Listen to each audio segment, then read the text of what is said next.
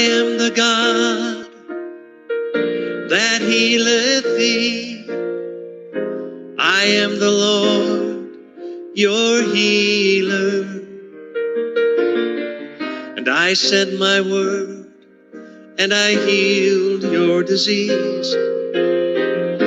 I am the Lord, your healer.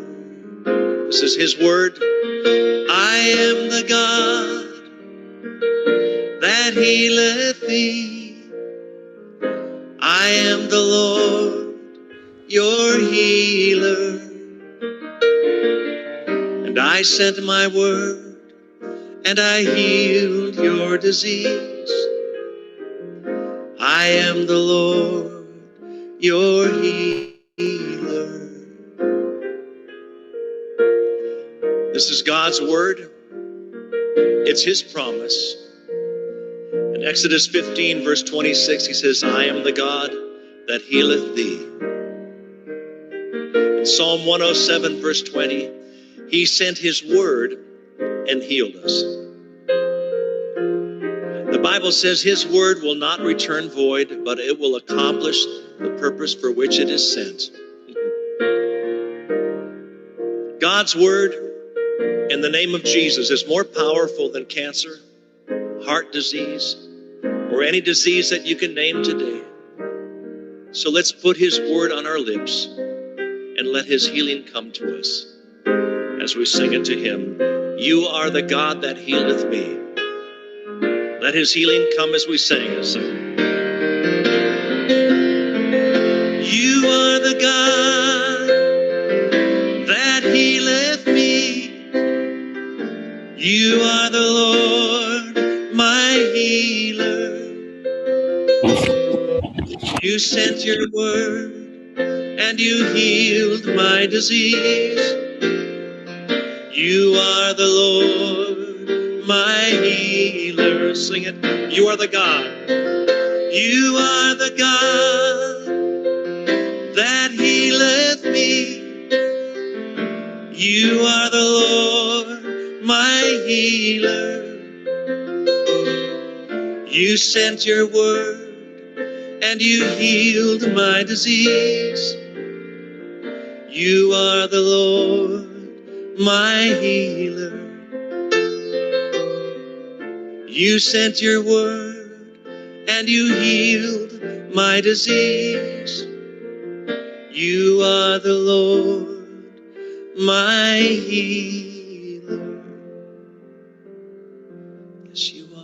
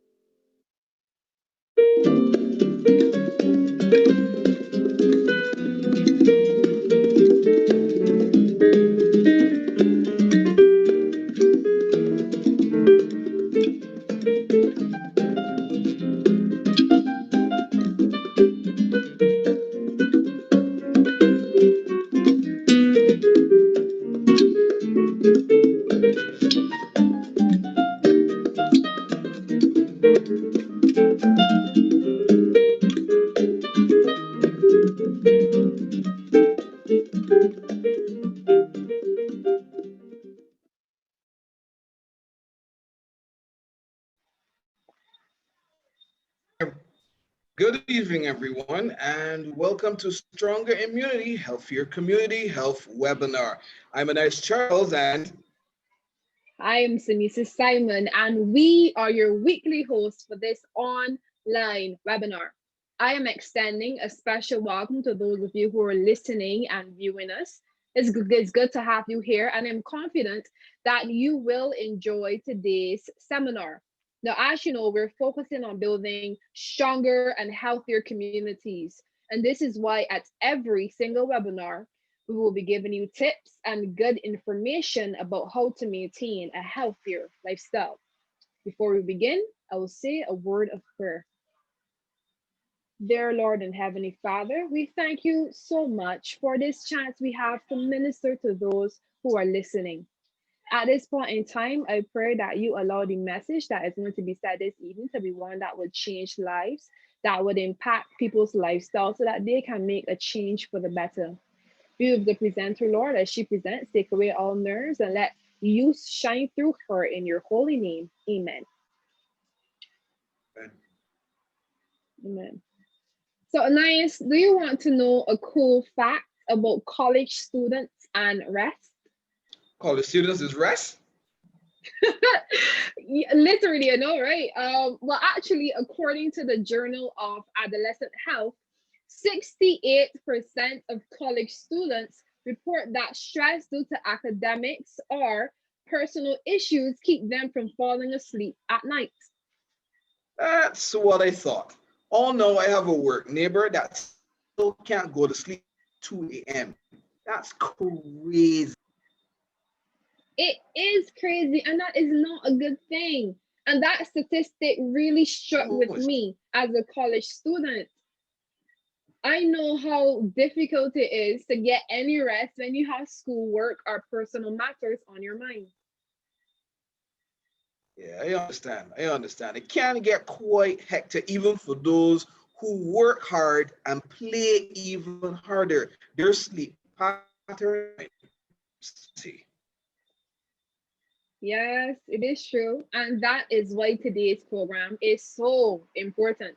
Today, we are going to focus on rest, and Dr. Natalie Graves will be presenting to us on this topic. Now, Dr. Natalie Graves is an academic general practitioner whose practice provides community based palliative care. She is a lecturer in public health and coordinator of the Masters of Philosophy or and PhD program in public health in the Faculty of Medical Studies Sciences at the UWI Cato campus.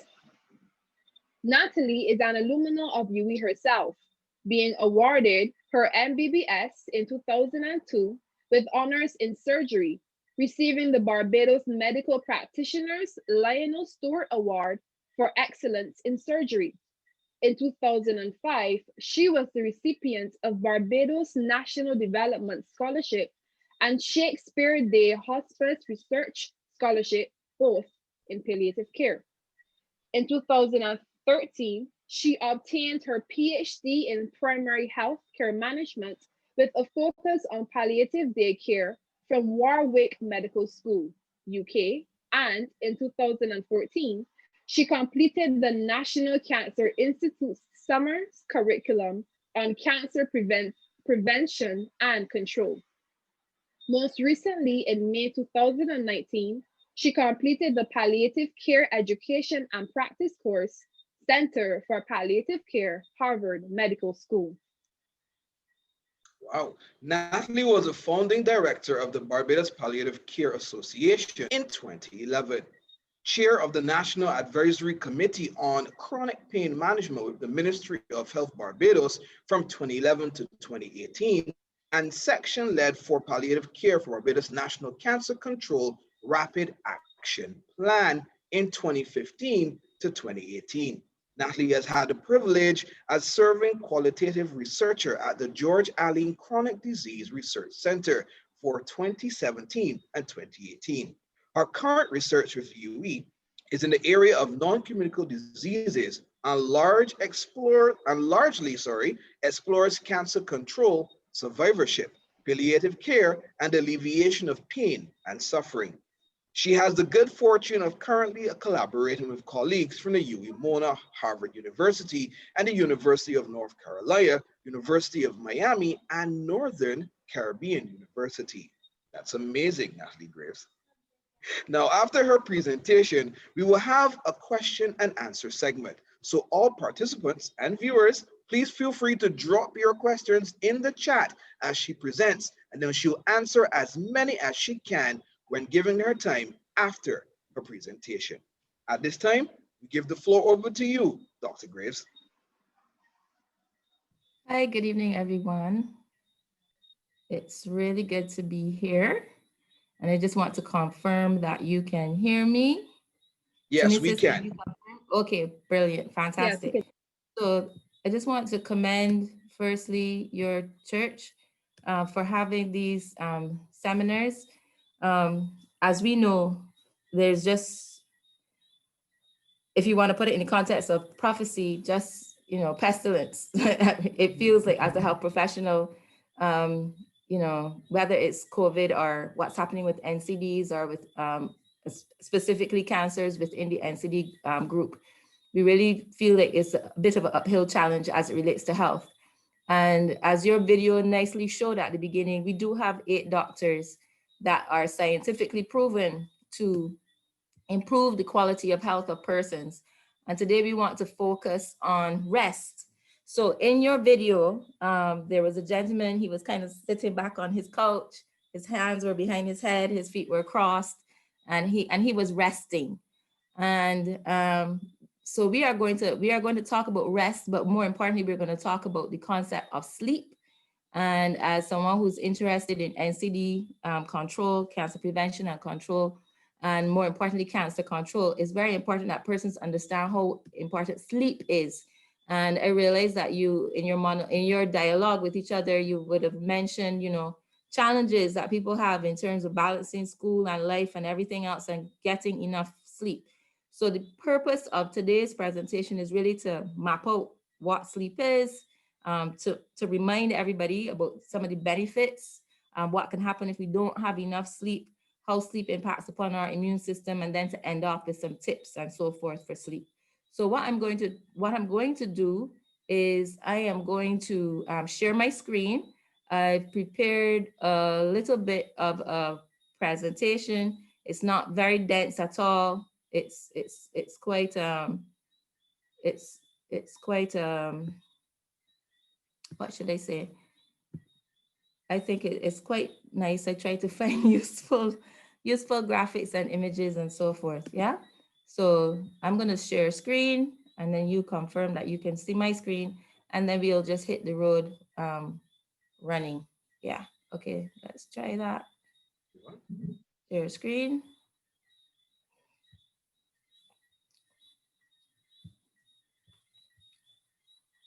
Yep. Okay. From beginning. Can you confirm that you can see my screen? Little person laying in a bed. You can see this. Confirmed. You Okay, can see it. fantastic. Goody. Okay, goody. So rest. So when we usually talk about the 8 doctors, we usually spell out the acronym New Start, and the R is where we're at, and we usually call that rest. So I think sometimes it's really good to make sure that everybody's on the same playing field, because what I might call resting, you might not call resting. What I might call sleeping, you might not call sleeping. So we're going to start off with setting our definitions. And our definition is not going to come from anywhere fancy. It's just going to come from Merriam-Webster because they actually have quite a good definition. So we're going to start off by defining rest and sleep. And then we're going to talk about the nature of sleep, sleep on your health, and more importantly, tips on achieving good rest. So I'm not quite sure where my eyes are supposed to focus, but I'm going to focus them right here sometimes because I think that's where most people are looking. So when we look at Merriam-Webster, I think the things that I've chosen to highlight a few things in red. And as I speak, I want you to pray in your minds and ask the Lord to impress you upon the things that you need to take home for yourself. Yeah. And that he will also bless me to say the right words as per the prayer. So when we think about rest, we tend to see rest and sleep as being synonymous. And I've highlighted the term minimal functional and metabolic activity. So there is a point in our lives when our bodies are supposed to slow down, where all of the mechanisms that we're not even thinking about right now, they're supposed to have the opportunity to rest, to slow down. I don't want to use the same word again. So right now, your heart is beating at a certain rate, your body is maintaining your blood pressure, your mind is working at a particular speed, your eyes are watching the screen, and maybe you're listening to me and so forth. And then maybe in the background, in your background memory, you're thinking about some of the things that you're going to do after 7, and you're going to think about the rest of the things you have to do for the week. I don't know. But we are always in a state of activity, and sometimes heightened activity. And the body is not supposed to stay like that forever. So the purpose of rest is to reduce the level of functioning reduce the number of reactions, of chemical reactions that are occurring in the body, to slow everything down. And there's a reason for that. So that's rest. But sleep, it does the same thing in terms of slowing down to minimal functional activity. So I just want you to watch my cursor here on the screen. But sleep, we're talking about the fact that sleep is supposed to be natural. Yeah. It's supposed to be easily reversible, and it's periodic. Yeah. So it's not like a comatose state that's going on for a very, very long period of time. It's a loss of consciousness from which you're supposed to be relatively easily rousable. So if let's see some of the persons who are here online. So if I'm going to call some names. So I see Irwin. So suppose Irwin was sleeping and Josie, I don't know if you guys are related, maybe not, you may not even know each other. But Josie, if Josie was supposed to shake Irwin, technically he should come out of his sleep and not take, like medication or anything else to rouse him from his state of unconsciousness. So typically when we sleep, even by definition, we are doing what this guy is doing. Usually sleep is characterized by lying down and your eyes are closed, and there are varying things that are going on in the brain. The brain is slowing down and having certain wave patterns, and then it may have periods of slightly increased activity, which might be related to dreams and various other kinds of things. But the whole purpose of sleep, and I have it here highlighted, it's essential for restoration and recovery of vital bodily and mental functions. So let's go over what we're talking about. So why we're doing this is because I want to replace the concept of rest with sleep. So in its most basic form, we're talking about resting, which is slowing down the metabolic and functioning activity of the body. Rest can sometimes go along with sleep, but when we say sleep, we're talking about something that's natural. We're talking about something that's easily reversible. We're saying that persons have a sense of a loss of consciousness, but they can come out of it.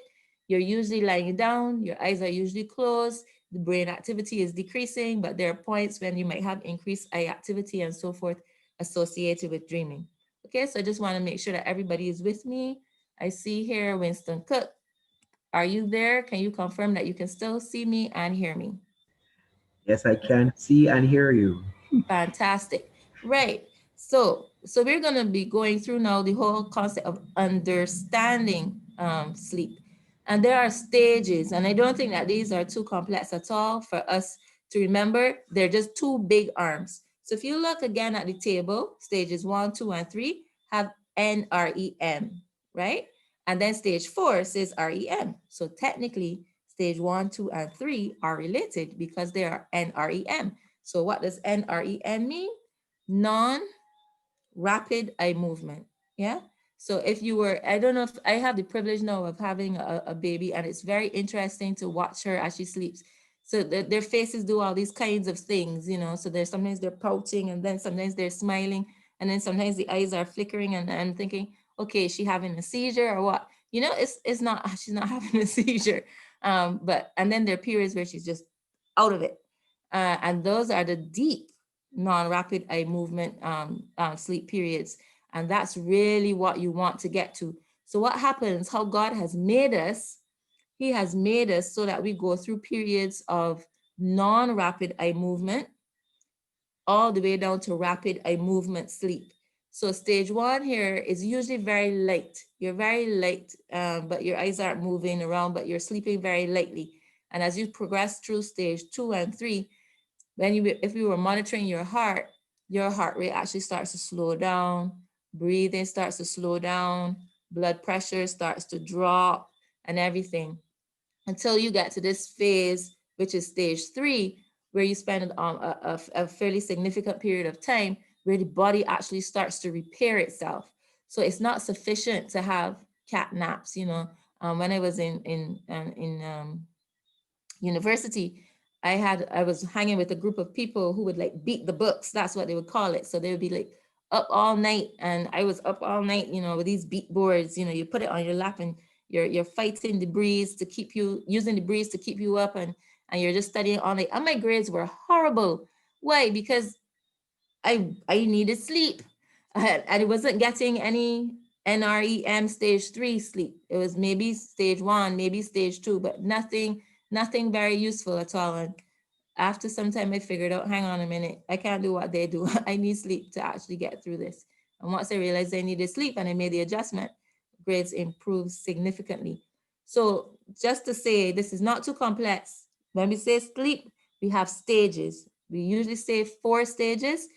3 are associated with each other. And in those stages, your eyes are not moving rapidly. Your body function is just slowing down, particularly brain function is slowing down.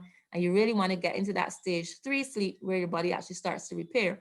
On stage 4, you can't stay in stage 3 forever. We actually have to wake up. So stage 4 starts to help us with our waking process. But this is one of the times when our brain activity is fluctuating quite a bit. Eyes are moving quite a lot on observation. And this is where you have your dreams and so forth. And that's where the sleep phase ends. After stage 4, then it starts all over again. So in order for a person to have really good sleep, you actually want to move through stages 1 to 4, 3 to 4, sometimes even 5 times per night. Yeah. So this is something that you're, I just want to say, so sometimes a person may you may wake up in the middle of the night and you may get up and go to the bathroom, etc., etc. Usually when most people are doing that, they have just completed stages 1, 2, 3, and 4, and they've just, their sleep is now light again at the end of stage 4, and your body actually naturally wakes you up. You get up, you go to the bathroom, and as long as it's not like pathological because of diabetes or something else going on, you usually come back to bed and you go right back to sleep and you start the process all over again. Stage 1, stage 2, stage 3, and stage 4. The stage 3, your body is repairing. Okay, so we're all together and we're going on. So why is this important? This whole concept of falling asleep and rising up is important because that's how God has made us. He has, and I think this is the mercy of God. I don't know how quite, I guess when we get to heaven, we get to ask him all of these questions. You know, like how you have access to the tree of life, and the tree of life, when we get to heaven and so forth, the fruit and so forth, they're going to be for the healing of the nation. And it's almost like this is what God has given us now for our for our healing. This is a big part of the healing pattern. And you'll hear people talk about the natural circadian rhythm. And it's actually a fascinating bit of physiology that is occurring in the body. It's absolutely beautiful. You can't really look at this and think that this happened by chance, really. There's actual periods of time where your immune system is maximized depending on where you are in the time of day. So when we talk about the circadian rhythm, we're really talking about a 24-hour period where your body goes through fluctuations in its chemical reactions and the hormones that it produces for the purpose of boosting your immune system, giving you the capacity to restore your tissues that are damaged or injured, and also to help you with your thinking, to help you with your mood, and basically to just stabilize. So it's like every day the body is working through a system that helps you to have some stability. So one of the things that happens is for every hour that we are up, our body is building up a chemical called adenosine. And adenosine, the more adenosine that builds up in your body, as the day goes on, your body says, I need to sleep. I don't know if anybody has ever said that. I know I have. Quite recently, I was like, I need to sleep.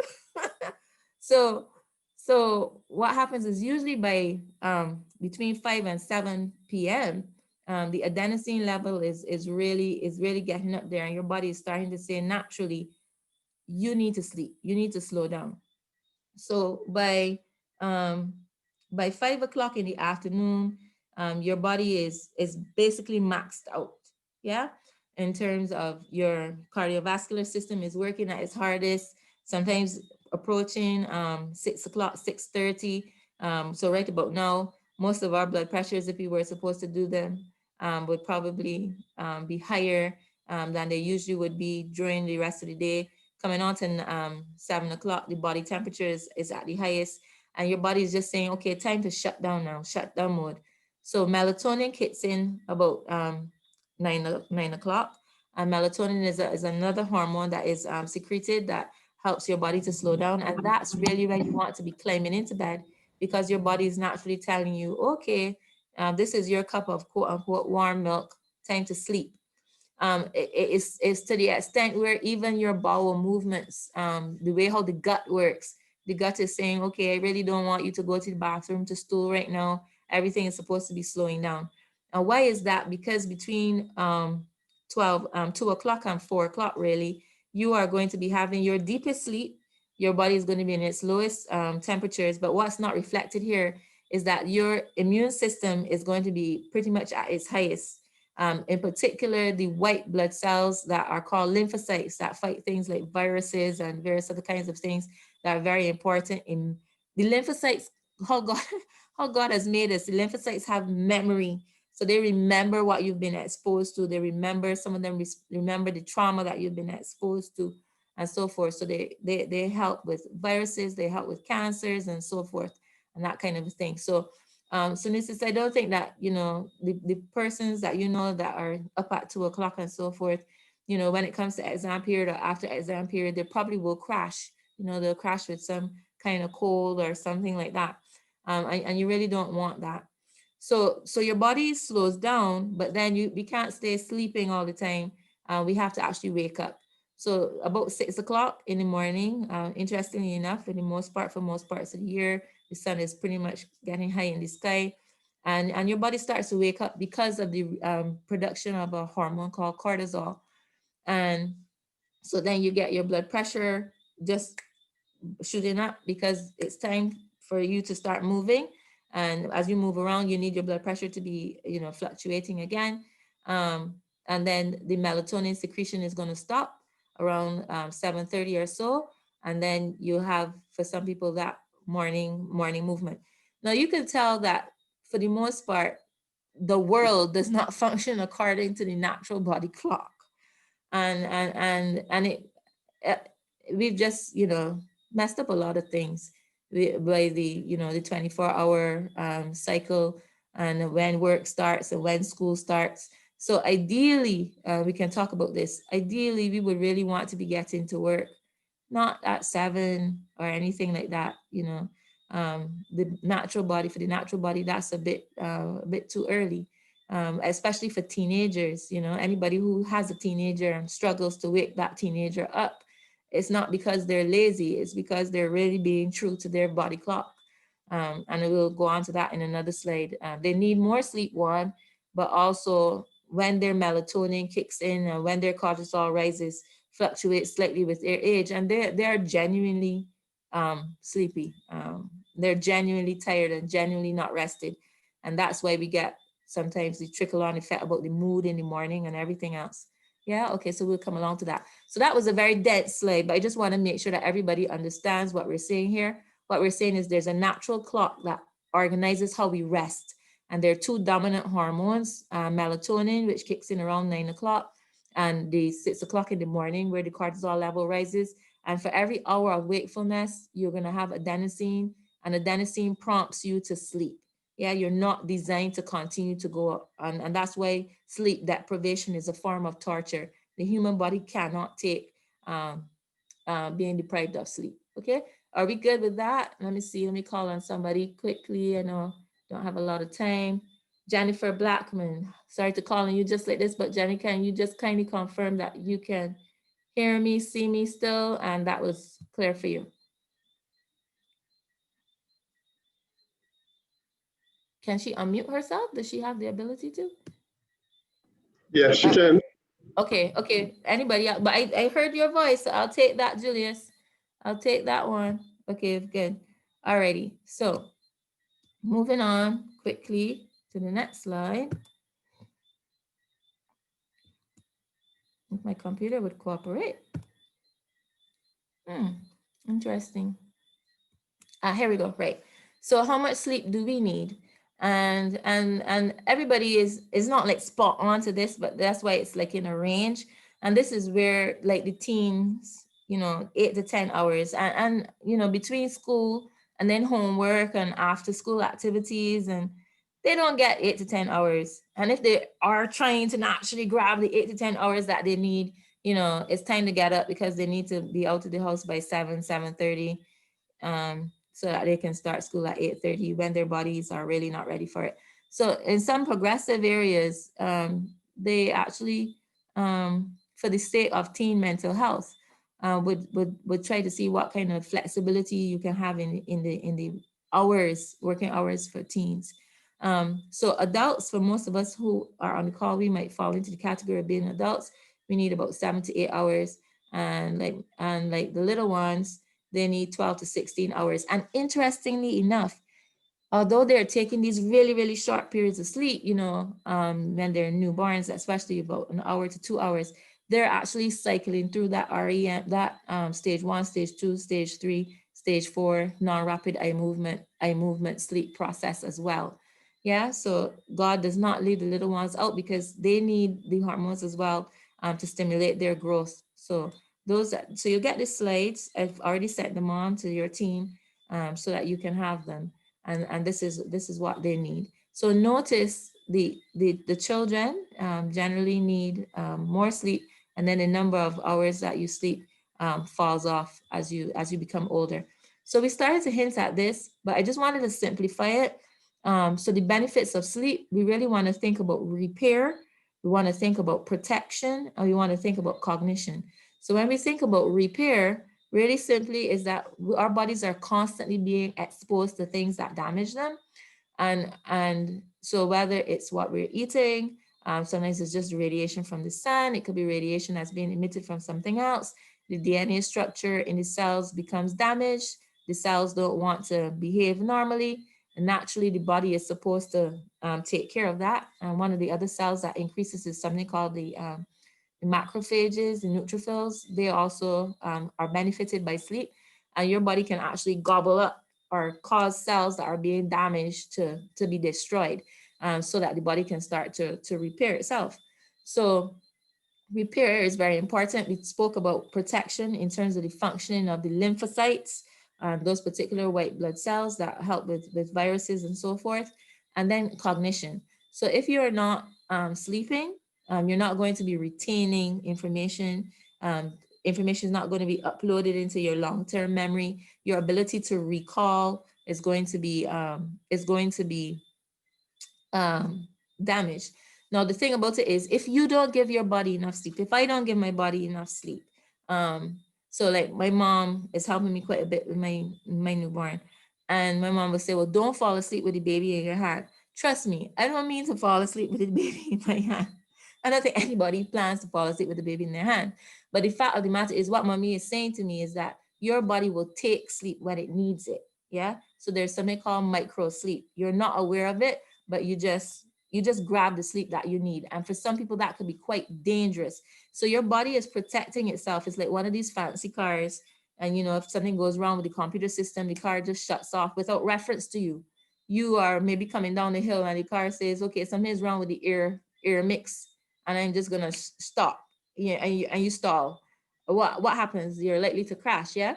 So the same thing here. If you're not giving your body enough sleep, the body will take the sleep, and it will take it in funny places. So it will take it if you're holding a baby. It will take it if you're driving, and we know the persons that the minute they are still, whether it be on the rostrum or otherwise, the moment that they're still, they just go off. They just nod off. So that can be a signal that you're actually sleep deprived and sleep deficient, and really and truly, I don't mean to burst anybody's bubble, but we can't actually reclaim sleep that is lost. We can correct things and start to modify, but you can't really catch up with these things like power naps and those kinds of things. Okay, so persons who are at risk sleepers, so I want you to make sure that you do your own audit right now. So if you are not getting enough sleep, so if you're not getting that 7 to 8 hours as an adult, or 9 to 10 hours as a teenager, or you have a teenager in your house and they're just not getting enough sleep, I want you to start to think about how can we actually get that person enough sleep. Why? Because in terms of cognition, I should have put there in brackets emotions. So we know that sleep deprivation and sleep deficiency can lead to depression. It can lead to anxiety. So it generally contributes to mood disorders as well. So sometimes when we're seeing persons being really stressed out, being sometimes suicidal, or going towards things that might be addictive, etc. Sometimes it could be one of the things that could be underlying that is sleep deprivation. So if you're not getting enough hours of sleep, if you're sleeping at the wrong time of day. So not all sleep is equal. So shift workers may tend to say, okay, I work at night, but I come home in the day and I'll sleep in the day. And in addition to sleeping in the day, I'll sleep extra hours and so forth. It's just not going to be the same quality. So we know that there are persons who, by virtue of their jobs, will need to sleep. I remember being an intern really very quickly, and I was in peds. I will not forget this. It was in peds. I have finally made it to the bed, because at the hospital you have beds when you're on call and stuff. I finally made it to the bed, and in those days you had pagers, and my pager went off, and I said, Lord, I can't move. I can't move now. I just need to sleep. I just need to sleep. How can I move from this bed and then go and make a rational decision regarding anybody's care? I was so sleep deprived, but you had to respond. So if you're sleeping at the wrong time of day, and it's out of sync with that body clock, you have to think about that. So if you do not need to be doing a shift job, if you don't need to be working overtime, etc., you really want to get yourself out of those situations, because we do know that persons who work shift and so forth, they're at higher risk for certain diseases like high blood pressure. They're going to be at higher risk for obesity, which is then going to make them at higher risk for diabetes, which is then going to make them at higher risk for certain kinds of cancer, including breast cancer, colon cancer. So all of this just because of sleep. Now, if you also don't get the different types of sleep, you want to get the light sleep, but you want to get all the way down to that stage 3 sleep. And even if you don't remember your dreams, you want your mind to, have that stage 4 sleep that, has the increased eye movement, and then that gets you out. And as there's some persons who might have a sleeping disorder that prevents them from getting enough sleep. So they might have restless legs syndrome. So they're in the bed, but the legs feel like they're itching them, or they just feel like they need to move their legs, or maybe they put on a little weight, or there's something happening with their thyroid or their neck. And so when they fall asleep, they become short of breath and they wake up out of the sleep. So if you have any kind of disorder, you want to also be able to get help and assistance with that. So coming down to the end, so the side effects, just for re-emphasis, if you're not getting enough sleep, you're not going to repair. So something as simple as acne, I think this is a huge motivator for some of my teenage clients. If you don't sleep a whole lot, it will actually affect your skin and the ability of your skin to repair itself from something as simple as acne and blemishes. And that tends to get them interested sometimes. But just think about the ability of your body to repair. Chronic disease, the incidence of chronic disease is going to increase. So the blood pressure is going to be more difficult to control. As we said before, the blood sugar is going to be more difficult to control. Weight, if you want to lose weight, it's going to be more difficult to lose weight. You're drinking all your water, you're eating the right foods, you're exercising, and the weight is not budging. And sometimes it's because of the sleep deprivation. And one of the things I want to mention very quickly is sleep is so tied into us. Sleep can actually help to control your appetite. So if you're not sleeping enough, the hormones that tell you that you are full, that you've eaten enough, they don't work properly. And also, so there's the whole concept of being satisfied, but then there's the concept of being hungry. So the one that tells you you're hungry, if you're sleep deprived, it tells you you are hungry. So you're more likely to feel hungry when you're sleep deprived, and you're also less likely to feel full. Okay, so there's something in the chat. Okay, so there's some questions coming in. So just let me hurry up here, and then I will ask the moderators to field me the questions. All right, so that's very important. So you're thinking, what am I doing? Your body, the way how your body is telling you to think about food is being set off, going awry because you're not sleeping properly. Okay, and coming on to the end. Yeah. So mental wellness, we spoke about that. We have to think about depression, suicide, anxiety, productivity. So the whole concept, like what I was talking about for me, burning the midnight oil and that kind of stuff, was reducing my productivity. When you actually sleep, when that time when the melatonin starts to kick in, 9 and you're covering all the way through to your 6 o'clock when your cortisol starts to get you up, your productivity is going to increase. You have to trust God and his natural cycle for you. So achieving a good sleep, for the most part, you have to do a sleep audit. Yeah. So what is it that's actually keeping me awake? Is it that do I need to improve maybe time management? Are there some things, like say for example, this natural situation that I'm in for the next few weeks, but then helping myself to get back into the natural sleep setting. So is my room cool? Okay, so being cool is very important. So around 24 to 25 degrees is the perfect ideal temperature to get your body in a state that is ready for sleeping. And then as you go off to sleep, the body naturally drops its temperature itself. If the room is too warm, you're not going to sleep. And we know this, most people have somebody in their house who must have the fan on, or something like that.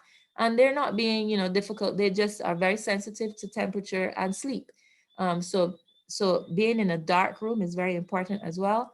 Some children might be afraid of the dark, or some persons might need a little night light on for safety when they're moving at night. So be it. But for the most part, you don't want to be falling asleep with a big bright light like what's on me right now. You certainly don't want to be doing anything that's going to stimulate the alpha waves. So you're not going to be in front of your computer or using your phone, or if you do use those things, and you must use those things close to bedtime, you're going to need to put on like some kind of blue light filter on them. So you're not having your alpha waves in the brain stimulated too close to sleep. You don't want to exercise too close to bedtime. You don't want to use caffeinated drinks too close to bedtime. And if you're in bed and you have to tell your body it's time to go to sleep now. So you have to have a sleep routine. So sleep routine may mean moving from where you were reading to your bedroom. Then, doing your night routine that may involve your change of clothes, brushing your teeth, all these same signals that tell your body it's time to go to sleep. Then putting away the phone, putting away the devices, etc., having your devotion, whatever it is for you, you have to have a pattern. So I want us all to do a sleep audit. When you get the slide set, separate apart from those things, you want to fill out, are you drinking anything alcoholic? Are you having any daytime naps? This is particularly important for the elderly, etc. So you fill out this before you go to bed, and you do it for about a week, and then you do one in the morning. How did I feel when I got up? What time did I go to bed? How many hours did I spend in bed? Did I have to take any medicines, etc., etc.? So the link is there for this, and then you can discuss it with your healthcare provider on the sleep audit. So these tips for achieving good sleep, start off by doing an audit, figure out where you are, make sure the room is dark, make sure you're not stimulating yourself before sleep, make sure you're sending all the necessary body signals. The room should be cool and the room should be dark, and you can also do a sleep audit. Now, I am sure I put some resources here for you. Sleep Foundation and the NHLB Institute, National Heart, Lung and Blood Institute, they have a whole sleeplessness series. Once you click on this particular link, I accessed these today. I didn't put the date, but I accessed these today. You'll see this information and you'll see a lot more resources as well. So it was a bit of a, felt like we were a bit on a gallop, but just to remind us all, rest is slightly different from sleep. But the whole point is to slow the body down, and the body is supposed to naturally come out of it. If you, for some reason, have to get out of it, you should be able to naturally get out of it. It's important for repair. It's important for protection. It's important for cognition. And we all have particular kinds of sleep that we have to go through, and we want to go through those various stages. Persons of different ages will have different lengths of time. As far as possible, make sure that everybody in your family is getting the appropriate kind of sleep. Do your own sleep audit and use these resources. And as best as I can, I'll take your questions in the time that we have remaining. And thanks again for having me on your program. Thank you so much, Dr. Graves, for this presentation. It has been very informative, and we are already seeing questions pouring into the chat. So as everyone knows, it's now time for our question and answer segment. If you do have a question, like the others, place your question in the chat and we will post them to Dr. Graves on your behalf. Now, if you want to ask your question yourself, you can raise your hand, that is fine. or you can click the raise hand option in the corner. Now, the first question I see here for you, Dr. Graves, is does watching TV or reading just before going to bed affect sleep? Yes. So watching TV, definitely. So that's the same alpha wave stimulation that we spoke about. And computers would fall into that, tablets, etc. So if you're reading on a tablet, you might have some issues there. But reading, it depends on what you're reading as well, yeah? So reading on a paper, tends to be with relatively not the big white LED light. Your bedside lamp does not need to be that bright. um you don't want to be reading something like a mystery novel before bedtime. You want to be using something that is calming, and that maybe calming, not necessarily boring, but calming, yeah. If, however, you have insomnia and you are having early morning wakefulness, so you're getting up and you can't fall back to sleep, get out of bed. Yeah. Go to another place like a living room or something else. Still cool. Take a boring book. Don't turn on the TV to see what's happening with Trump and Biden and nothing too exciting. Don't turn on the radio to listen to any, no, a boring book, like some encyclopedia of insects or something. That would be boring for me. But whatever is boring for you. And once you start to read that and your mind is not engaged fully, you'll start to drift off. And once you start to drift off, you get up and you relocate back to your natural sleeping position and you will fall off. Yeah. But you just can't. So don't stay in bed looking up at the ceiling, tossing and turning. You have to get out, change location. But some persons, not to advocate, and I don't think that this is boring, but I have had a couple clients who are of other faiths, and they have prayers that they read. And sometimes they will say, okay, well, this is my time for meditation.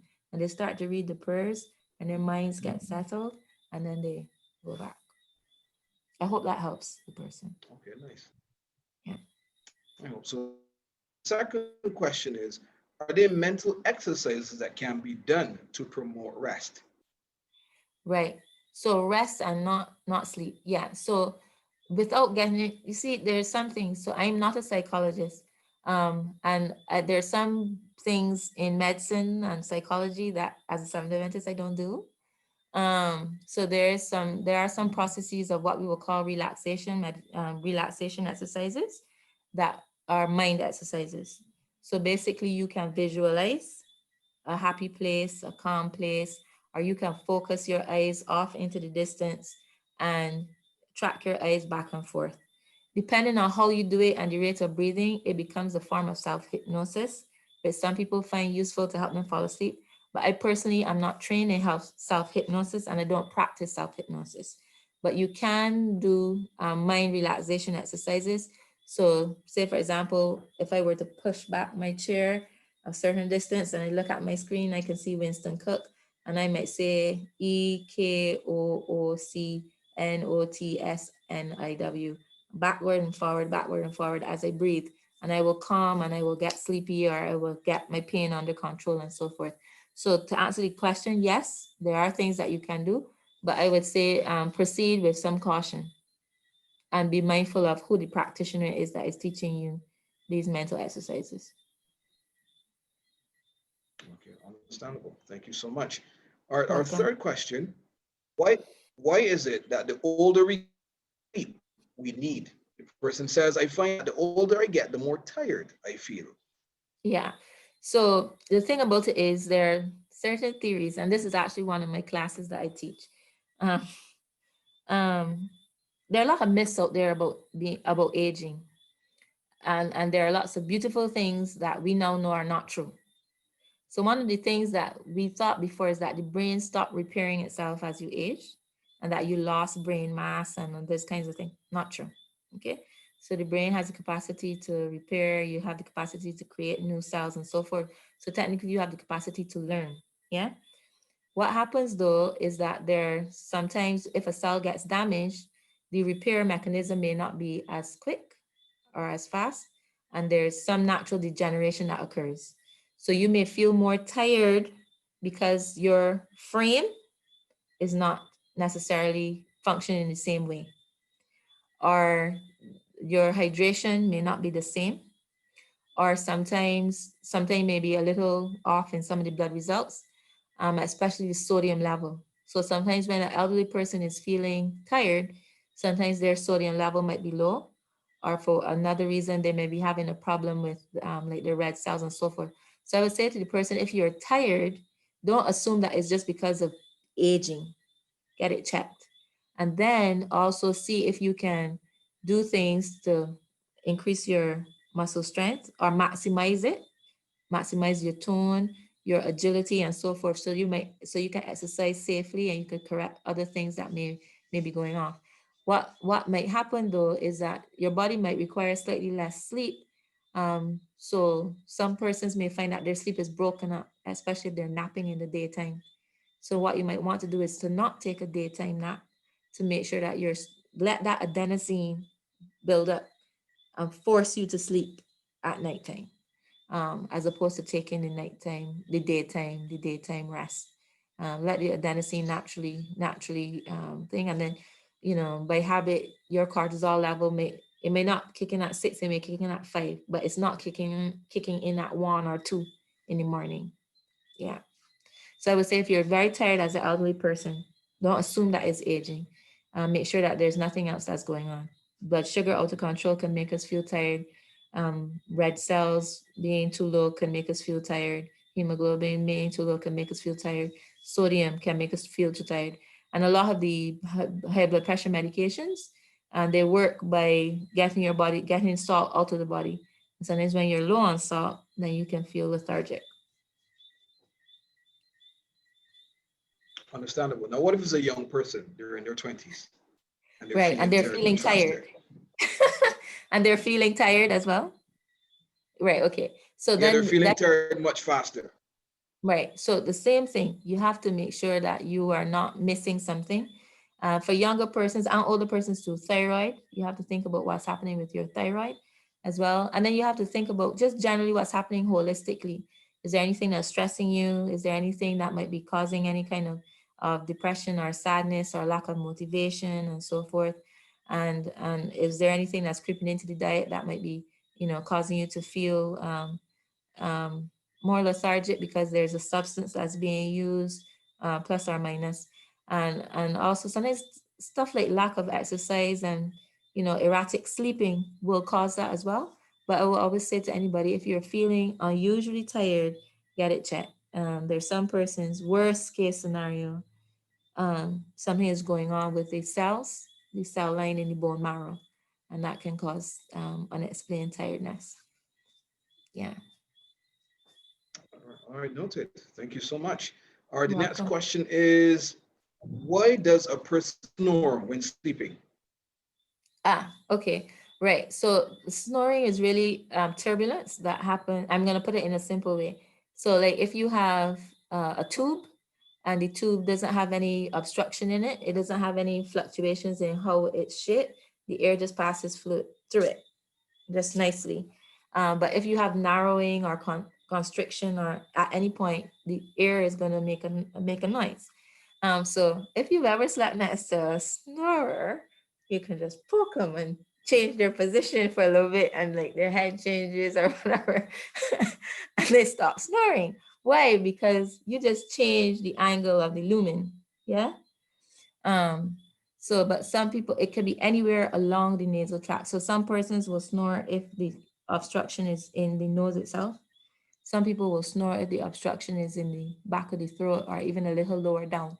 So it's about where is the obstruction and why is the obstruction being caused. So sometimes it can happen because something is swollen, like the sinuses are really air spaces, but there's some other, we call them turbinates. There are other things, structures in the nose. So if you've had a baby, or if you've had like a really blocked nose because you had a cold, you might more snore that because something is inflamed. But also there's some things that have nerves that run to them. And the nerves, if the nerves are not working properly, they get kind of floppy. And if they get floppy, when the person snores, they can tremble. If you have a lot of weight, if there's something in your neck, on your thyroid, or another place in your neck, it can press on where the air is flowing through. So sometimes as people gain weight, they snore more as well. So lots of reasons.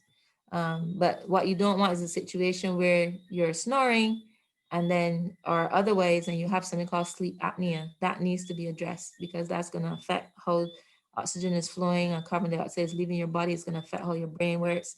Some people who have sleep apnea, our Prime Minister, Mia Mottley, she's very open about her difficulties with sleep apnea, and other people, they may have to wear a different mask and different kinds of things to make sure that they are breathing properly during the night. So if a person really has bad snoring, or they're not breathing, or you see them stop breathing and they jump up, or they're waking up very tired, which is going back to the question. Sleep apnea is the reason why somebody can wake up very tired, because they're not getting refreshing sleep during the night, because the oxygen flow and the carbon dioxide is not flowing properly. So you can get that checked. Yeah, but in essence, the basic thing is something is obstructing the flow, natural flow of air. Understood. All right, so our next question is, what can a person do who, no matter how much they try, cannot get to 4 a.m. in the morning? Right, so that person probably needs somebody to help them, yeah? Because I see, for me, if I hear that question, I'm hearing a level of frustration. I'm hearing a person who has tried, and they said no matter what they have done. So I don't know what they have done, but they certainly need somebody to work them up. We say work up, sit down and figure out the mystery of why you can't fall asleep until very late. And then sometimes if you have a habit, then once you get to the root of the habit, then it will take a while for the habit to become undone. So there are actual sleep clinics and various kinds of things that people can go to help them to reset their clocks and so forth. Sometimes persons in their trying, sorry to scratch my face, they might have tried melatonin and various other kinds of things that might have caused some dysregulation of hormones. And you might need to reset that. You might need to check like vitamin D levels and various kinds of things. So I would say if a person has tried, they should probably get somebody to sit down and talk to them and work through systematically to try to figure out the mystery as to why. And then they can get the help that they need. Yeah. Maybe something that has become dysregulated because it's been such a long time. It sounds like it's been a long time that this has been happening. So it might take a while to reverse it. Okay, understandable. Thank you so much. So the next question kind of follows up from a different person. Can a person make up for missed sleep?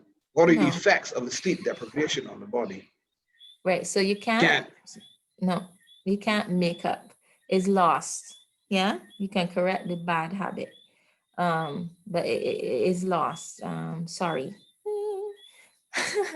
I've lost many a year of sleep, it feels like.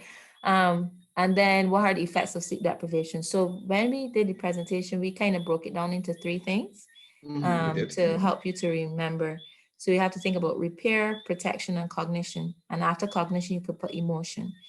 So for this person, the body's ability to repair itself is going to be diminished. Yeah. The body's ability to protect itself from various diseases, bacterial and viral, is going to be diminished.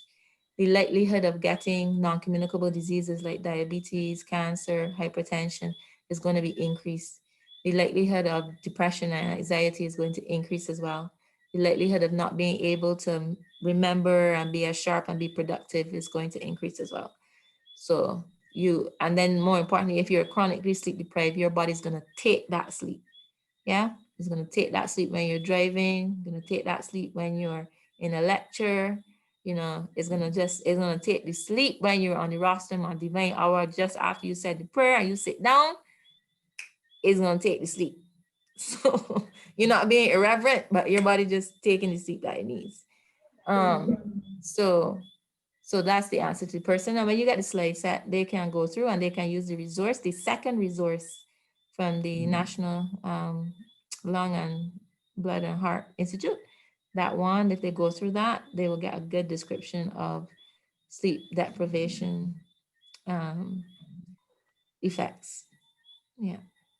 Thank you so much. Okay, so we have 2 more questions. We have how to get good sleep if I have sleep apnea, you mentioned something about using CPAP machine. apparatus. Yeah. Yeah. So if you have sleep apnea, you really need to be consulting with a pulmonologist, just not your general practitioner.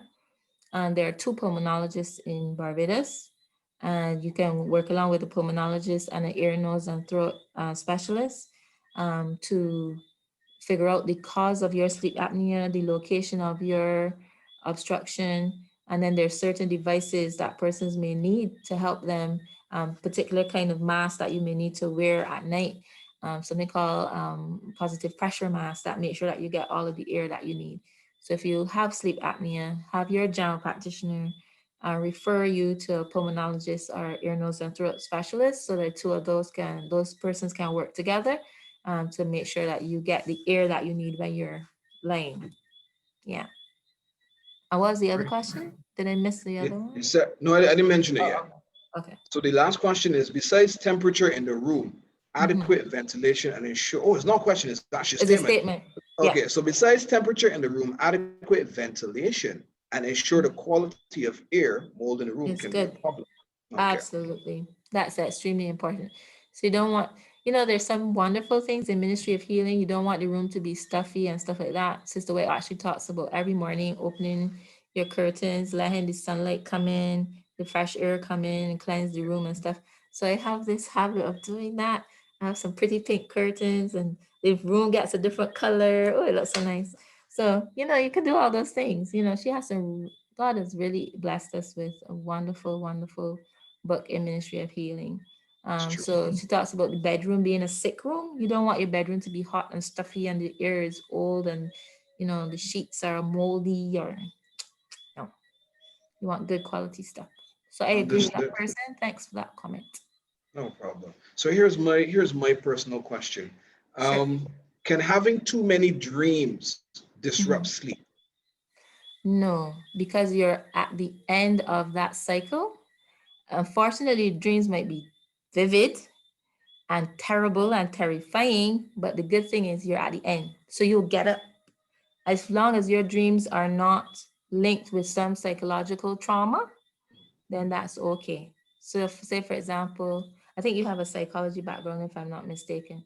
If the Yeah. person is manifesting pain and stuff like that in the dreams, that needs to be unpacked. If they are having night terrors and they're feeling physically oppressed and stuff like that in the night, that needs to be unpacked. But if they can get out of the stage 4 sleep, just wake up, oh, I've had a dream, and go back through 1, 2, 3, 4, that's not a problem. But if the dream is, after the death of a loved one, or after some traumatic experience or some fear or some manifestation, then that needs to be sorted. Yeah. Especially in children, like bedwetting and other things that would signal that there's trauma. All right. Thank you so much. You're Thank welcome. you. Okay. Thank you once again, Dr. Natalie Graves, for this Welcome. session. As I was saying earlier, as a college student, it was good to be informed of how important sleep is, not only for academic success too, but also for the body and for our lifestyle. And I also hope that all of you who were listening would have enjoyed today's session. Once again, it was very informative and it was very eye-opening. Oh, okay. Okay, someone's like, yeah, all right. Those of you who are listening tonight, we are encouraging you to come out again to next week's session. It will focus on one of the most important aspects of health, and that is trust in God. Trust in God. All of these things depend on trusting in God. So I hope to see you there. We start at 6 p.m. Amen. So remember, last week's lesson was all about sunshine. So this week's lesson will be all about sleep and rest. Each participant will receive that email or an email in their own personal email addresses, along with the link to the question sheet, which you can then answer and send it back to southernhealth.bb@gmail.com. Thank you, Anais. Just a reminder, we start at 6 p.m. next week, and the focus is trust in God. And that email address, once again, is southernhealth.bb@gmail.com. All right, so once again, thank you so much for joining us. Remember to share this link and service with a friend. So let's all bow our heads for a word of prayer. Most kind and Heavenly Father, thank you once again for this blessed knowledge and this information. Allow us, Lord, to use this to the fullest and that we may be able to take our rest back to apply these messages, these principles to our lives so that we'll be able to glorify your name, not only in what we do during the day, but what we do during the night. Be with us as we go. Bless us throughout this week, and also a double blessing on Dr. Grace and her family. I pray this in Jesus' name. Amen. Amen.